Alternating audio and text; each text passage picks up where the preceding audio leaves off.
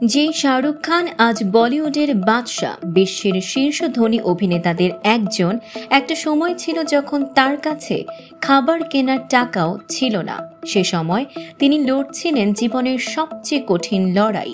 একদিকে অসুস্থ বোন শেহনাজ, অন্যদিকে মৃত্যুশয্যায় মা লতিফা ফাতিমা।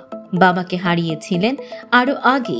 অর্থকষ্টের মধ্যে পড়াশোনা শেষ করে একদিকে সংসার চালানো, অন্যদিকে বলিউডে একটিবারের সুযোগ পাওয়ার জন্য হাড়ভাঙা পরিশ্রম করছিলেন শাহরুখ।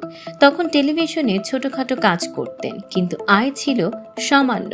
সম্প্রতি অভিনেতা ও চিত্রনাট্যকার বিবেক ভাসওয়ানি এক সাক্ষাৎকারে সেই সময়ের কথা প্রকাশ করেন। তিনি বলেন, ৯০-এর দশকে একদিন হঠাৎ দরজায় কড়া নাড়ে শাহরুখ। চোখে অশ্রু, মুখে হতাশা। বলল, মা বাঁচবে না, বোন অসুস্থ, ২ দিন ধরে খেতে পাইনি, আমাকে দুমুঠো খাবার জোগাড় করতেই হবে, আমাকে একটা সিনেমায় সুযোগ দাও, খুব অর্থের প্রয়োজন। ঠিক সেই সময় পরিচালক আজিজ মির্জা লিখছিলেন রাজু বান গয়া জেন্টলম্যান ছবির চিত্রনাট্য।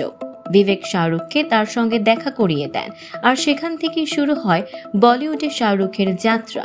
যদিও প্রথম মুক্তিপ্রাপ্ত ছবি ছিল দিওয়ানা, যা তাকে জনপ্রিয়তার চূড়ায় পৌঁছে দেয়। বিবেকের ভাষায়, শাহরুখের মধ্যে ছিল অদ্ভুত জেদ, খিদের মতো এক তীব্র ইচ্ছে সফল হওয়ার, আর সেই খিদেই তাকে বানিয়েছে আজকের বলিউড বাদশা। শাহরুখ সাফল্য পাননি, তিনি সাফল্য জয় করেছেন। দর্শক, সাম্প্রতিক ও চমকপ্রদ সব খবর পেতে ফলো করুন আমাদের ফেসবুক পেজ CB24 টিভি এবং সাবস্ক্রাইব করুন ইউটিউব চ্যানেল CB24 অফিসিয়াল।